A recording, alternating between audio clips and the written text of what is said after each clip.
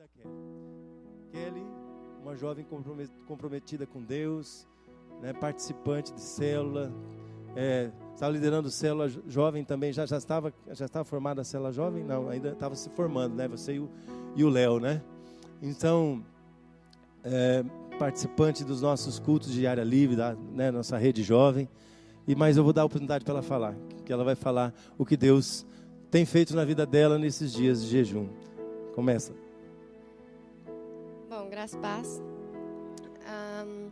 Quando eu fiquei sabendo que os meus pais iam embora, eu fiquei com o coração muito apertado, angustiado, e eu não queria, porque tinha uma área livre, meus amigos, colega, escola, tudo ia mudar, eu ia perder tudo, ia começar tudo de novo, e eu não achava que eu estava preparada para isso. Então, eu comecei a parar de orar, eu parei de orar, parei de ler a Bíblia, e isso foi me dando uma angústia no meu coração. E então, conforme o jejum, eles começaram a fazer o jejum, eu perguntei para Deus uma oração minha. Eu ajoelhei e perguntei: Pai, o que está acontecendo comigo? Por que eu estou assim?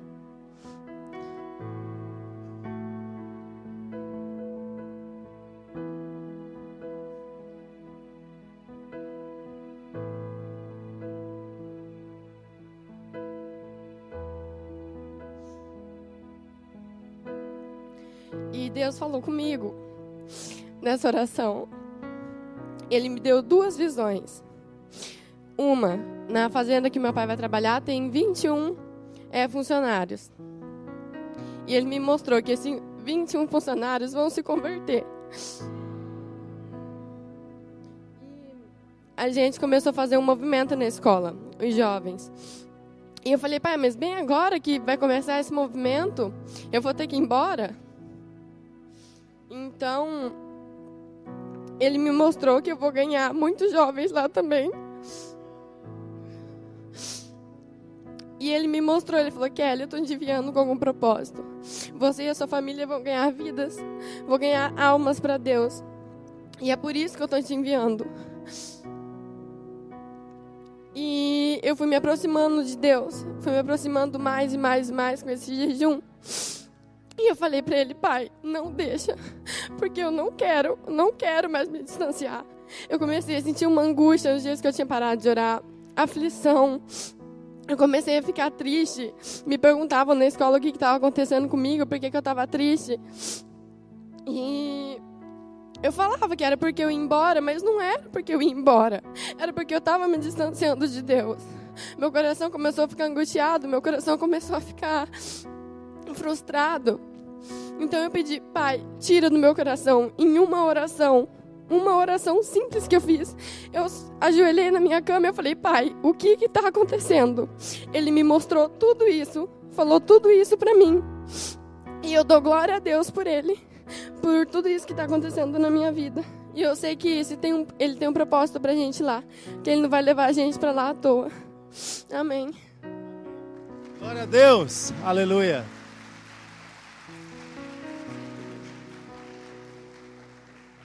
Aleluia.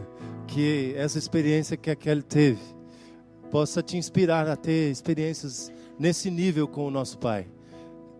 Porque nós vamos falar sobre alguns impedimentos nas nossas vidas que nos afastam ou dificultam um verdadeiro avivamento, um verdadeiro mover do Espírito Santo de Deus em nossas vidas, nos levando a ter intimidade com Ele, para termos experiências nesses níveis. Porque o Senhor Deus, através de Jesus Cristo, falando com uma mulher pecadora, samaritana, Jesus disse: porque chegará o tempo em que os verdadeiros adoradores adorarão ao Pai em espírito e em verdade. E é essa experiência que nós temos tido, que jovens têm tido, que adultos têm tido com o Senhor Deus, com a presença do Espírito Santo de Deus. É o desejo do coração do Pai para toda a igreja do Senhor Jesus. Você recebe isso, irmão? Aleluia, amém. Os impedimentos ao avivamento. Nós estamos na 4ª semana da campanha de jejum e oração. São 6 semanas de 40 dias de jejum e oração. Até o dia 30 de junho nós estaremos jejuando. A partir dessa noite, você que está fazendo os 40 dias de jejum, vai escolher algo que é importante para você, ou que você gosta muito, e você vai fazer jejum dessa coisa, dessa situação, desse alimento. Foi dessa forma que nós orientamos, então, nos 40 dias, de hoje até o sábado que vem, você estará retirando algo que te importa, declarando a Deus, dizendo: Deus, isso é tão importante, eu gosto tanto disso, mas eu amo ao Senhor, e eu nego a minha vontade, eu nego o meu desejo, eu entrego os meus desejos às tuas mãos, e vou me negar para viver o que o Senhor quer que eu viva. Amém? Aleluia. Abra sua Bíblia. Aleluia. Glória a Deus. Em Efésios capítulo 5. Carta do apóstolo Paulo aos Efésios capítulo 5. Eu vou estar lendo esse sermão, por tópico. Então cada ponto vai ter um texto acompanhando. Esse primeiro ponto, que fala sobre o primeiro impedimento na vida da igreja, ou na vida da pessoa que não vive ou não consegue viver um verdadeiro avivamento espiritual. E a palavra avivamento, ela vem da raiz de vida nova, de uma nova vida, de uma nova experiência, de um novo nascimento, uma nova experiência de vida. É vida vivida de uma forma diferente, de uma nova maneira. Então, toda vez que eu falar sobre avivamento, você entenda como isso: a vida de Deus em nós, a vida de Cristo em mim, a vida de Cristo em você. E a obra de Deus na vida das pessoas, nas igrejas, sempre enfrentou oposições. Desde lá de Gênesis, na Bíblia, nós vemos a narrativa do diabo criando situações para impedir o agir de Deus, o governo de Deus sobre a vida das pessoas. E além desta oposição externa que vem de fora, através dos ataques que nós recebemos das circunstâncias, das pessoas e do inimigo das nossas almas, existem também alguns conflitos internos que são obstáculos para a obra de Deus completa na minha vida, na sua vida, na nossa igreja e na nossa sociedade como um todo. E nós vamos falar sobre alguns impedimentos básicos ao avivamento espiritual. E durante essa semana você estará lendo o livro 40 dias de avivamento espiritual, e a cada dia você tem uma devocional com um texto bíblico que vai estar te orientando sobre esses impedimentos. O primeiro impedimento está aí em Efésios 5:14, nós vamos ler, acompanhe na sua Bíblia. Por isso é que foi dito: desperta tu que dormes, levanta-te dentre os mortos, e Cristo resplandecerá sobre ti. Amém. Muitas pessoas gostam de rotina, de estarem acomodadas na sua zona de conforto, vivendo o comodismo, e elas se sentem confortáveis nessa situação, e têm verdadeiro pavor, verdadeiro medo de qualquer mudança em suas vidas. E sem dúvida, as mudanças sempre trazem algum temor, algum medo nos nossos corações. Mas por outro lado, toda mudança cria uma nova expectativa, traz uma expectativa do que vai acontecer adiante. Eu estou vivendo uma experiência de uma grande expectativa para o que nós vamos viver lá em Moçambique a partir de 8 de agosto. Eu tenho ouvido relatos de pessoas como a Veronique acabou de testemunhar aqui, dizendo algumas coisas que acontecem lá, que eles vivem lá e que eu vou viver também. E é uma expectativa muito grande. Eu vou estar saindo da minha zona de conforto, da minha vida familiar confortável, da minha vida ministerial confortável. Todos irmãos amados que me amam, que cuidam de mim, que me dão presentes, que cuidam das nossas vidas, dos pastores dessa igreja, com muito carinho, com muito cuidado, com muito amor, né? Me trazem frutas, me trazem carne, me trazem, né, um monte de agrados além dos presentes que eu recebo. Então eu vou deixar esse conforto, essa zona tão confortável, para ir para um lugar em que eu vou ter que dar muito de mim mesmo, aonde eu provavelmente não vou comer o que eu gosto de comer, não vai ter disponível lá. Provavelmente eu não vou comer o tanto que eu gosto de comer, provavelmente vai ter pouca comida, e algumas outras situações que eu vou enfrentar naquela realidade. Talvez você possa dizer: não, o pastor está dizendo que não tem medo, que ele não está preocupado. eu quero dizer para você que lá no fundo, claro que eu tenho preocupações. Claro que eu tenho alguns sentimentos assim de preocupações quanto ao que me espera. Mas a expectativa, a autoconfiança dada pelo Espírito Santo de Deus a mim, a autoeficácia, conhecendo o Deus que eu sirvo, eu tenho certeza que o que Deus vai realizar através das nossas vidas lá, homem nenhum viu, ouvido nenhum ouviu, o que Deus tem para derramar naquele lugar. Amém? Para a glória de Deus, usando instrumentos e ferramentas tão frágeis e tão complicadas como nós. Mas muitas pessoas estão tão confortáveis nas suas vidas e nunca tiveram, ou talvez nunca viveram uma experiência profunda com Deus, assim como essa simples palavra dessa jovem de 15 anos de idade, a Kelly, que dobrou seus joelhos na beira da sua cama e perguntou para Deus, por quê? E Deus deu todas as respostas que ela precisava ouvir. Nós servimos, nós conhecemos, nós nos relacionamos com Deus que vive e reina, que está vivo, que está presente em nosso meio, que está presente em nossas vidas, e Deus quer se relacionar com você. A palavra de Deus nos diz, buscar-me-eis e me achareis quando me buscares de todo o vosso coração. Quando nós buscamos, nós encontramos ao Senhor. Mas muitas vezes pessoas na sua zona de conforto precisam acertar algumas coisas nas suas vidas, precisam abrir a sua vida para que o Senhor Jesus entre nelas e transforme muitas áreas. E esse medo, essa preocupação, esse terror de mudança impede que essas pessoas, que muitas pessoas vivam um verdadeiro avivamento espiritual, uma nova vida. E impedem que as pessoas entreguem todas as áreas da sua vida e que deixem Jesus Cristo assumir o controle completo em todas as áreas da sua existência, da sua vida.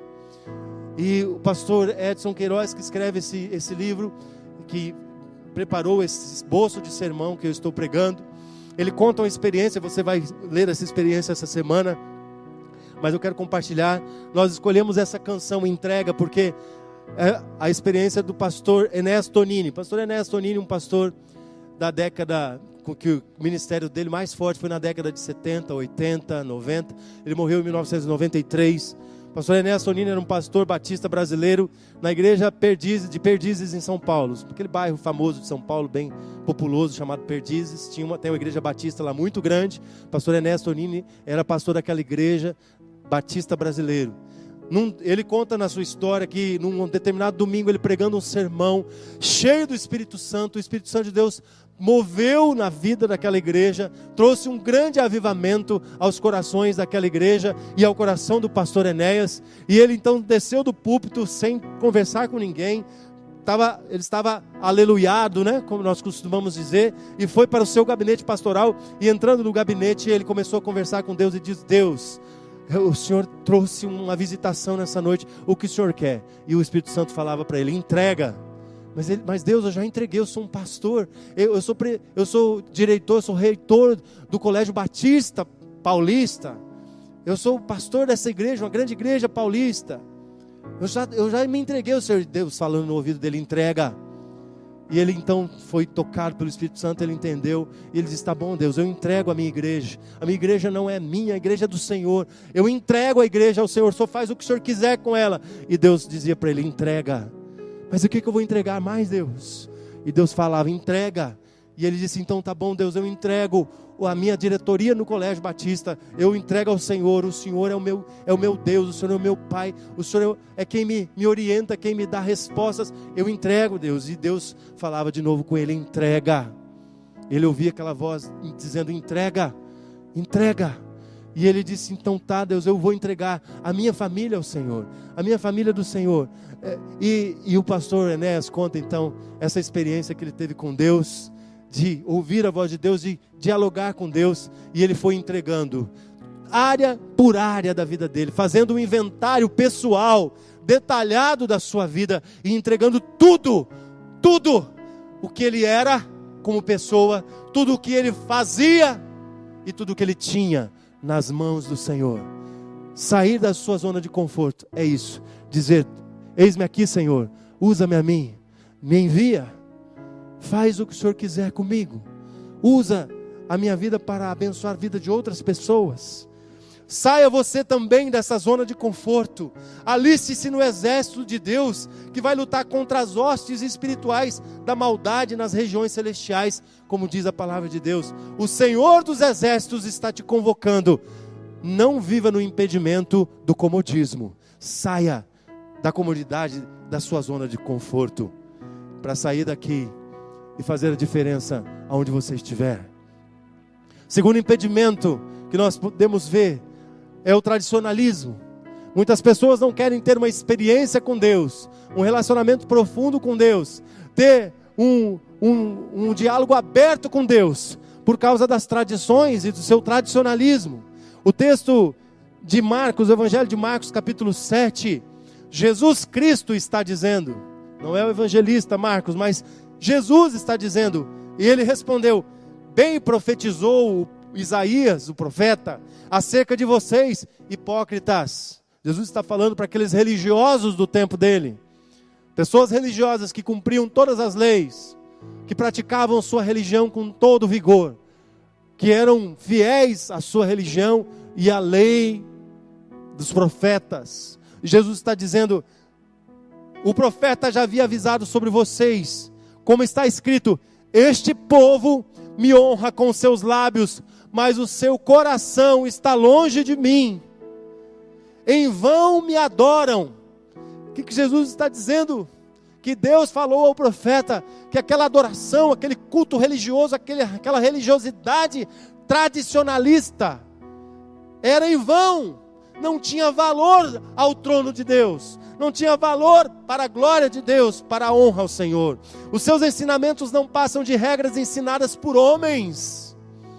Vocês negligenciam os mandamentos de Deus e se apegam às tradições dos homens.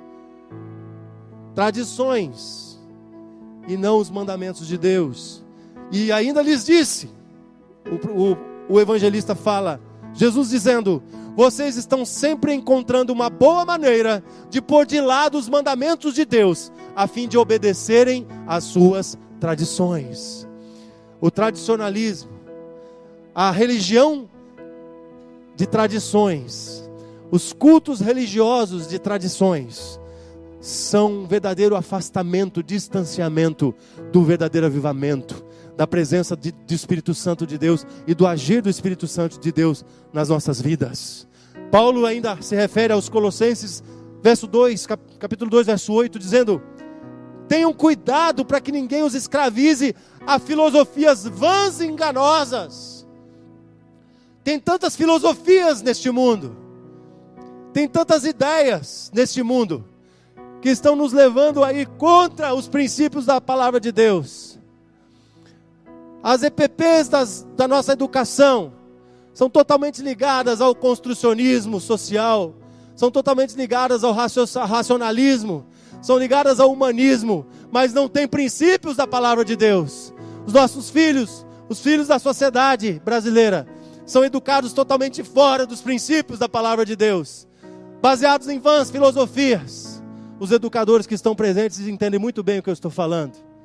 Baseado em filosofias humanas que nos afastam, que afastam os nossos filhos de uma vida perto de Deus, que levam muito mais ao desenvolvimento do materialismo, ao entendimento de uma vida materialista e racionalista, buscando em vãs filosofias a solução para as questões familiares e vivendo a destruição familiar que nós estamos vivendo nesse tempo.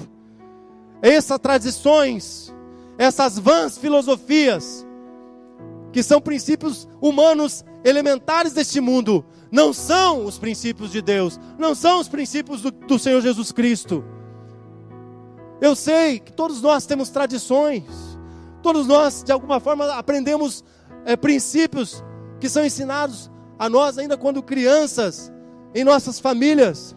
Muitas tradições são extremamente positivas. Tínhamos uma conversa essa semana sobre isso. Creio que no nosso curso de teologia nós estávamos discutindo sobre as tradições morais que permeavam as famílias do passado, o respeito dos filhos com os pais, né? O hábito de pedir a bênção paterna, que é bíblico, né? De receber a bênção paterna né? Eu até hoje, meu pai me liga, ou eu falo com ele, ou visito, e eu falo, pai, abençoa meu pai. Ele diz, Deus te abençoe, meu filho. Hoje os pais não falam mais isso. Os filhos não pedem mais a bênção. E o pai está autorizado por Deus para abençoar os filhos. É a autoridade divina sobre a vida do pai e da mãe, declarar bênção sobre a vida dos seus filhos. Mas nós perdemos essas tradições. As tradições dos princípios da palavra de Deus estão sendo relegadas a segundo plano. Isso é fundamentalismo, segundo as vãs filosofias desse mundo. Isso não é possível num Estado laico. E é por ser laico o nosso Estado, pelos discípulos de Jesus Cristo terem se afastado do comando da sociedade, terem se afastado da influência da sociedade, por causa das tradições humanas, é que nós estamos vivendo a destruição da família no nosso contexto brasileiro e são gabrielense. É por causa disso, porque as tradições atuais não são baseadas nos princípios da palavra de Deus, são baseadas em vãs filosofias, não em Cristo, como diz o apóstolo Paulo aqui em Colossenses 2:8. Em termos religiosos, nós temos tradições tão fortes que muitas vezes são impedimento às pessoas de conhecerem a um Deus vivo, que se manifesta, que se relaciona, que diz assim, bom dia meu filho. Nós temos dificuldade por causa do nosso afastamento dos relacionamentos que nós vivemos. Tantos filhos que não enxergam seus pais, tantos filhos que não se relacionam com seus pais, com suas mães, que o relacionamento com um Deus paterno, um Deus fraterno, que se relaciona com seus filhos e que ama os filhos que tem, é difícil de entendermos pela situação em que encontramos. Os sociólogos definem 14 perfis de família no nosso Brasil. A relação do princípio bíblico da família, em que existe um pai, homem, uma mãe, mulher e filhos e filhas, está sendo totalmente desvirtuado, totalmente desfigurado. E como é que as pessoas vão se relacionar com um Deus que está a zilhões de quilômetros e anos-luz de distância de nós?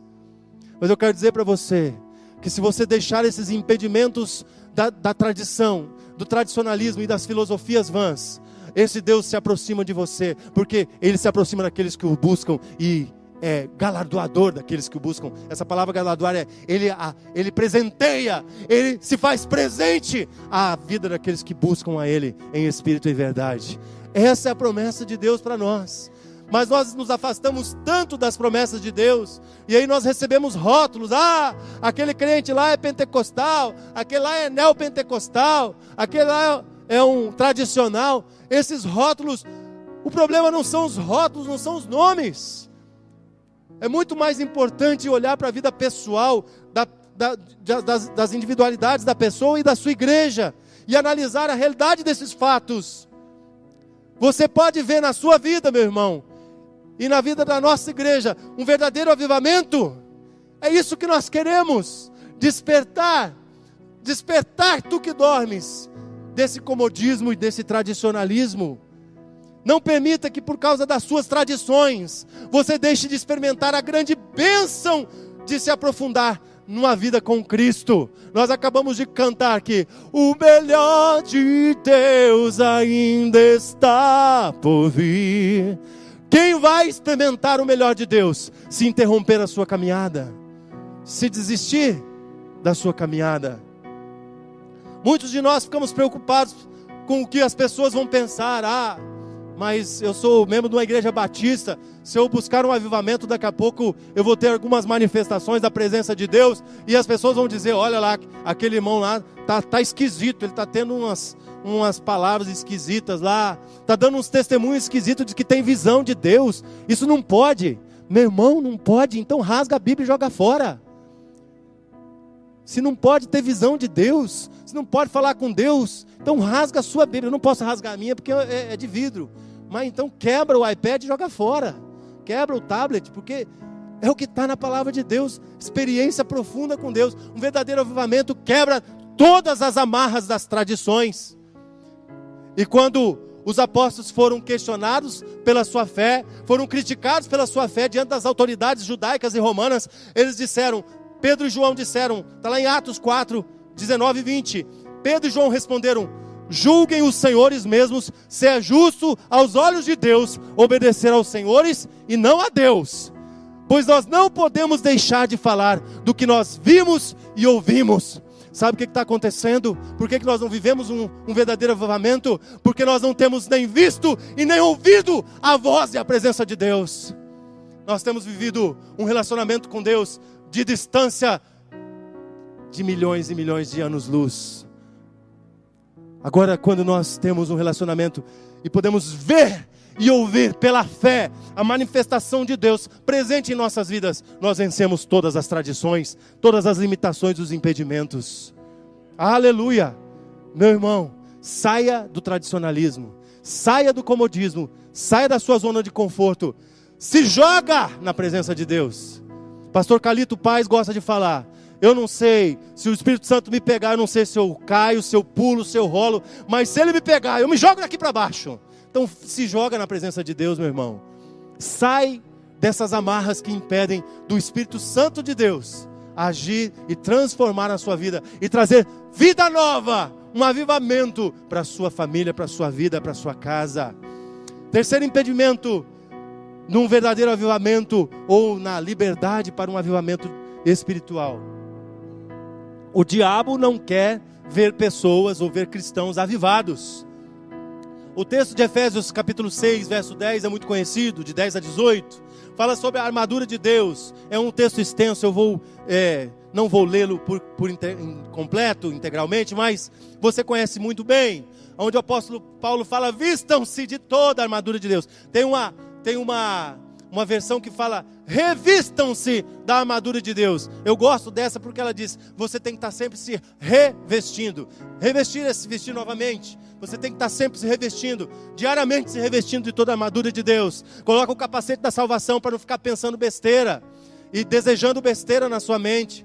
Coloca a couraça da justiça para não entrar nenhuma porcaria no seu coração, para ninguém colocar nenhum jugo, nenhuma canga sobre o seu pescoço. Coloca o cinturão da verdade para você não ser pego na mentira de Satanás e viver aprisionado, agarrado ao cinto da mentira. Coloca o cinturão da verdade do Espírito Santo. Calça os seus pés com o evangelho da paz, para que você viva não em guerra, mas viva em paz. Empunha a espada do Espírito, que é a palavra de Deus, para não ser pego desprevenido, sem conhecer a vontade de Deus na sua vida. E use o Espírito, o escudo da fé, que é o escudo para repelir os dardos inflamados de Satanás. Porque se você não se revestir diariamente de toda a armadura de Deus, que é Jesus Cristo, todas essas figuras aqui, militares, são representação de Jesus Cristo. O Senhor Jesus é o sol da justiça, mas Ele também é o escudo e proteção. O Senhor Jesus é a palavra de Deus, é a espada desembainhada que corta até a divisão da alma e do espírito. O Senhor Jesus é o evangelho da salvação, porque Ele é o nosso Salvador e Senhor. Todas essas figuras da armadura de Deus são a representação de Jesus Cristo. Se encha de Cristo, seja cheio de Cristo na sua vida. Viva Cristo em você e não mais você. Que Cristo viva em você e não você mais viva controlando a sua vida. E você vai estar sempre se revestindo da armadura de Deus. Nós estamos em meio a uma batalha espiritual, meu irmão. Infelizmente, muitos cristãos e muitas igrejas não conhecem a realidade do mundo espiritual. É impressionante nós verificarmos que pessoas não discernem coisas espirituais. Elas veem somente o que é material, o que é físico. Tentam convencer o pecador a mudar de vida e a mudar de igreja em muitos casos, para ter alguma tentativa de experiência, mas não tem uma experiência espiritual com Deus. A vida cristã é uma realidade espiritual. Jesus Cristo disse que para ser seguidor dele precisa nascer de novo. Ele falou isso para aquele religioso chamado Nicodemos, um homem que conhecia toda a lei judaica, mas precisou ouvir de Jesus Cristo: te importa nascer de novo, tem que nascer da água e do Espírito de Deus para ter uma nova vida e ser uma nova criatura. O Jesus Cristo disse que para que o grão de trigo viva, ele precisa morrer. E nós entendemos essa linguagem porque somos uma região de agricultura, porque para que haja uma planta de soja, uma planta de milho, uma planta de trigo, aquela semente precisa morrer, ela precisa apodrecer, se partir ao meio, para que nasça um cotilédono, para que nasça aquela gênese da planta e se desenvolva uma grande planta, um grande pé de milho, um pé de soja e produza frutos e produza em abundância. É isso que Jesus está dizendo. Para que você possa nascer de novo, você precisa morrer para você, morrer para o seu eu, morrer para as coisas velhas. Deixa as coisas velhas passarem, e eis que tudo se torna novo quando você morre para nascer de novo numa vida eterna, numa vida em abundância que começa aqui. No verso 12 do capítulo 6, Paulo diz: a nossa luta não é contra seres humanos, mas contra os poderes e autoridades, contra os dominadores deste mundo de trevas, contra as forças espirituais do mal nas regiões celestiais. Essa é a nossa luta, meu irmão. Não é contra a pessoa, não fica virando a sua metralhadora e metralhando as pessoas, porque a nossa luta não é contra pessoas. Não critique, não odeie, não destile ódio e falta de perdão para as pessoas, porque a nossa luta não é contra pessoas, mas é contra espíritos, é contra potestades espirituais das maldades que estão no mundo espiritual. Essa é a nossa batalha, e sozinho, e sem Jesus, e sem o poder de Deus, sem a armadura de Deus, nós não vencemos essa batalha. Nós somos derrotados pelo inimigo das nossas vidas, que quer te impedir de crescer, que quer te impedir de se tornar uma nova criatura, mudar a sua vida, mudar as suas experiências, mudar as suas atitudes, ter uma entrega completa. É isso que o Espírito de Deus quer realizar na sua vida. Saia desse comodismo, saia desse tradicionalismo e se revista de Jesus Cristo, de toda a armadura de Deus, para vencer as tentativas de Satanás de impedir a sua vida de se renovar a cada dia, para que todo dia seja como a luz da aurora, que vai se tornando cada vez mais brilhante, cada vez mais bela e cada vez mais clara. Sabe por que muitas pessoas vivem na escuridão? Sabe por que muitas pessoas vivem na solidão e na depressão? Porque elas não têm o sol da justiça brilhando na vida delas. Jesus Cristo, é o que a Bíblia diz, o sol da justiça. Deixa Jesus brilhar na sua existência, deixa Jesus brilhar no seu coração. A vida cristã, meu irmão, é uma mudança de reino. A palavra de Deus nos diz em Colossenses 1:13 que nós fomos tirados do reino das trevas para o reino do Filho do seu amor. Nós saímos do reino do pecado, do reino da escuridão, do reino das trevas, para vivermos num reino da luz, no reino das bênçãos do Senhor Jesus. É isso que está dizendo nesse texto. É uma mudança de reino. Deixamos de ser dominados por um reino de potestades espirituais da maldade e somos dominados por um reino que o Senhor Jesus reina.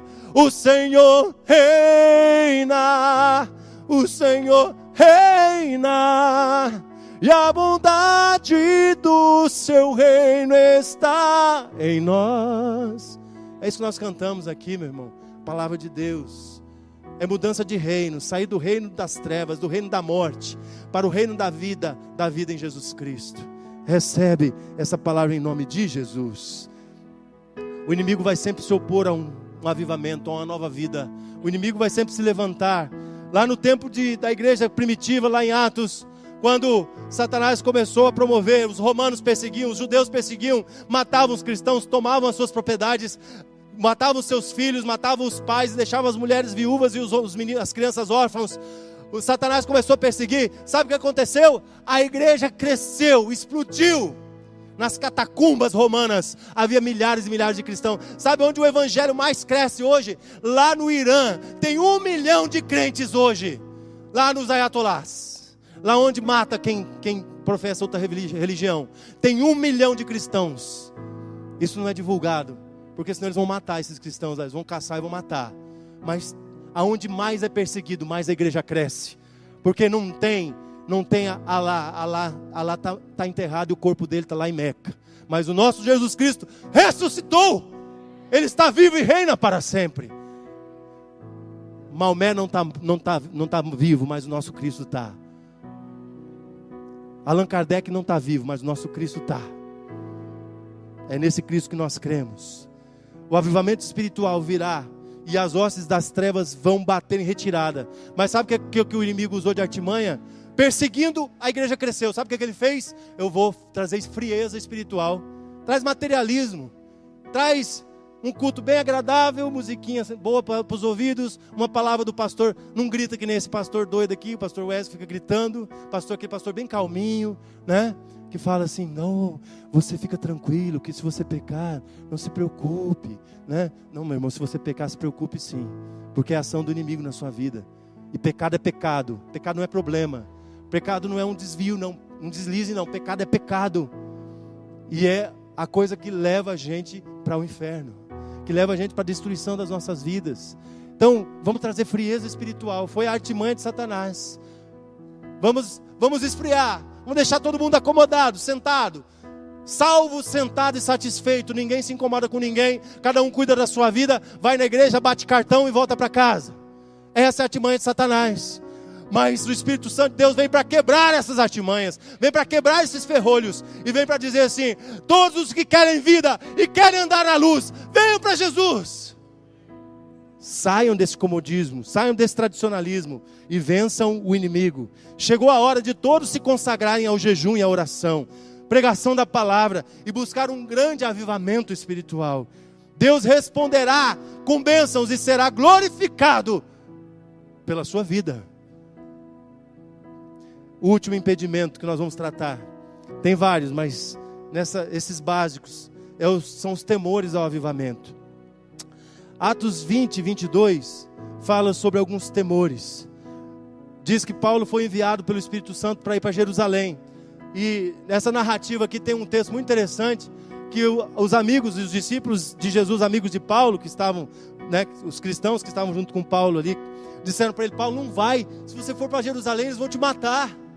E Paulo diz assim, não me persuadam a ficar, ou seja, não tentem me convencer a não ir, porque eu tenho uma obra, eu tenho uma visão, e essa visão eu vou cumprir.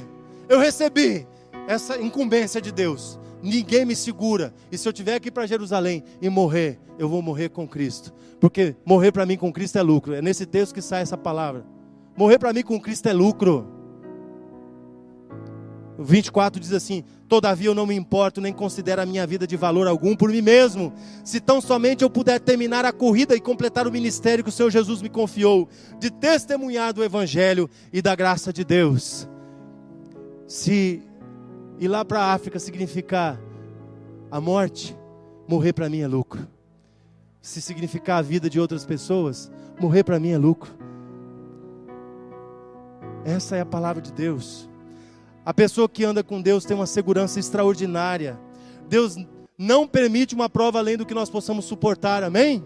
É a palavra dele que diz isso. Ele está no controle de todas as coisas. Por isso nós não devemos temer pessoas nem situações. Muitas pessoas, muitos pastores, muitas igrejas, muitos líderes cristãos estão cheios de temor, estão sem coragem, estão sem ousadia do Espírito Santo, não buscam um avivamento pessoal, nem levam as suas igrejas ou as suas células a viver esse avivamento, porque tem medos. Tem medo de perder posições sociais. Ah, mas o que vão falar de mim? Eu sou uma pessoa que tem um alto cargo na prefeitura de São Gabriel do Oeste. O que o apóstolo Pedro e João disseram? Me importa servir a Deus e não a homens. Tem pessoas que têm medo de perder posição social. Tem pessoas que têm medo de ser criticado pelos seus amigos, pelos seus colegas. Na sala de consolidação do nosso trilho, nós temos uma lição que fala sobre isso. 25% das pessoas que recebem Jesus Cristo como Senhor e Salvador não se consolidam porque a família e os amigos desviam essas pessoas desse propósito. É tanta crítica. O rapaz aceita Jesus e quer uma transformação de vida, quer um avivamento na vida dele, uma transformação de experiência, de vivência. E ele chega em casa, a mãe fala assim, agora você virou crente? Você não é mais meu filho. Você acha que isso não acontece ainda hoje? Pergunta aqui. Nós temos irmãos aqui que foram ameaçados de perder herança, pessoas de posse aqui em São Gabriel, porque se tornaram cristãos, membros dessa igreja. Aí ele chega no trabalho na segunda-feira e os amigos falam assim, cara, te liguei ontem a noite inteira para você ir tomar uma cervejinha comigo, para a gente fechar o final de semana. Onde é que você estava? O cara fala assim, na igreja. Aonde? Na igreja. Aonde? Na igreja. Mas aonde? Que igreja? Lá na Batista. Ah, não, virou crente. Aí começa o escritório todo, né? Ou a fazenda toda dando risada. Motorista, né, Robson? Aí os colegas lá do posto, tudo dando risada. Ah, virou crente. Agora é crente Bíblia. Tem gente que tem medo disso. Tem gente que tem medo de perder o salário, de perder o emprego. Tem medo de perder o controle. Meu irmão, a melhor coisa é você perder o controle, porque aí o controle está na mão de Deus. Sabe o zap? Deus vai te levar para o alto. Deus vai te dar bênçãos poderosas. Você vai vencer o inimigo no controle de Deus. Agora, se o controle está na sua mão, sabe o que acontece? Só fica fora do ar. Você está sempre fora do ar. O controle na nossa mão está sempre fora do ar. Tem gente que tem medo de perder o controle, medo de mudanças. A realidade, meu irmão, vamos enfrentar críticas, rejeições, oposições, mas como Paulo disse, vamos ficar firmes, sabendo que no final nós teremos a vitória, porque a vida eterna começa aqui e vai até a eternidade. É isso que a palavra de Deus nos ensina. É isso, avivamento espiritual, uma nova vida cheia do Espírito Santo, cheia de experiências com Deus. Precisa vencer esses impedimentos, comodismo, tradicionalismo, vencer Satanás. A Bíblia fala assim, resistir ao diabo e ele fugirá de vós. Aí o pessoal faz assim, fugir do diabo ele vai resistir. Não resiste, ele corre atrás. A solução bíblica é resistir ao diabo. E sabe como que se resiste? Não resiste ao diabo com crucifixo, não. Eu já vi um monte de demônio batendo em gente que bota crucifixo. Não resiste, não. Resiste ao diabo é tendo uma vida pura. É vencendo o mal. É vencendo o pecado, é estando cheio do Espírito Santo, é estando em jejum e oração. Jesus disse para os discípulos, essas castas de demônios só se expulsam com jejum e oração. É jejum e oração. E tem que vencer também o medo, os temores de ser um crente avivado, de estar cheio de vida.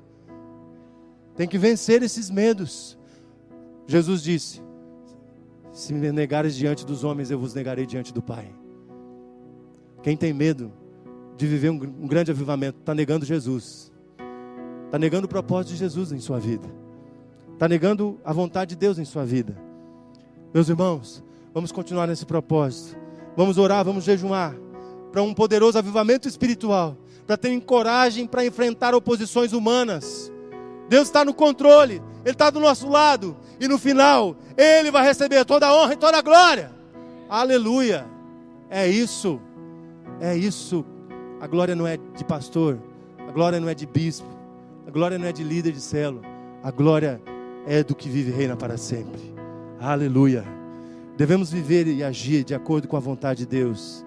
Sem dúvida, quando nós tiramos esses impedimentos dos nossos caminhos, esses e outros, você vai ver, essa semana tem outros, mas é que não dá tempo da gente trabalhar aqui, mas você vai fazer as devocionais, e você vai ver quantos outros impedimentos tem na vida do cristão que não quer viver o avivamento, que não consegue viver o avivamento, que não consegue ter reavivamento.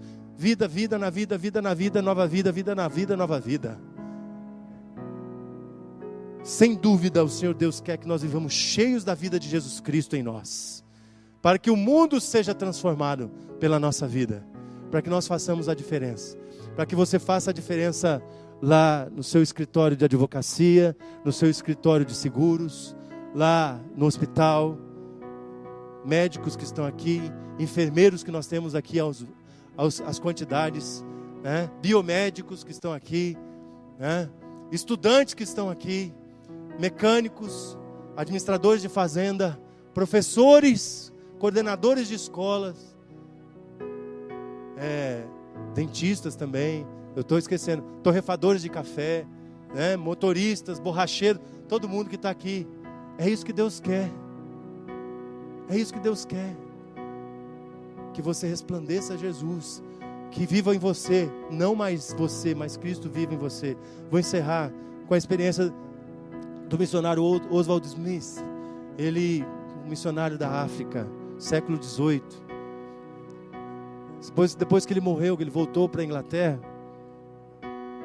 Ele era do país de Gales, se não me falha a memória. Voltaram lá na região que ele tinha vivido e perguntaram para aqueles moradores daquela região: vocês conhecem Jesus? E aqueles homens e mulheres da região disseram: conhecemos. Ele viveu conosco aqui, ele viveu com a gente aqui. Aí que o pessoal falou: mas como Jesus viveu com você? Jesus morreu há 2.000 anos atrás, há 1.800 anos atrás. Eles disseram: não, Jesus viveu com a gente. Ele ajudava a gente a plantar, ele ajudava a gente a cuidar uns dos outros aqui. Ele trouxe cura para as nossas famílias. Jesus viveu com a gente. Esse deve ser o sonho de todos os discípulos de Jesus Cristo. Quando você estiver trabalhando no lugar e alguém perguntar: você conhece Jesus? Alguém disser assim: eu conheço, ele trabalha comigo. Jesus trabalha comigo. Porque cristãos, apesar da palavra estar no aumentativo, significa pequenos cristos. É esse o significado da palavra cristão. Somos pequenos cristos, nós temos que refletir Jesus que habita em nós. E o meu desafio, concluindo nessa noite, meu desafio para você é que você não saia daqui confortável, não. É que você não saia daqui acomodado nessa noite. Eu quero que você saia daqui com esse conflito santo no seu coração, para que o Espírito Santo esteja incomodando, que o Espírito Santo esteja te convencendo que você precisa sair do seu comodismo, do seu tradicionalismo e viver uma vida cheia do poder do Espírito Santo de Deus, um verdadeiro avivamento espiritual, que você busque em oração, em jejum, em leitura da palavra de Deus. Entrega tudo, entrega o seu trabalho, entrega a sua família, entrega os teus negócios, irmão, sem nenhuma atitude pejorativa, mas entrega a sua carteira. Não estou dizendo para você entregar aqui no altar, não é assim que nós entendemos contribuição, mas entrega tudo na mão do Senhor, entrega os teus sonhos, entrega os teus desejos, entrega as tuas expectativas, coloca tudo aos pés do Senhor.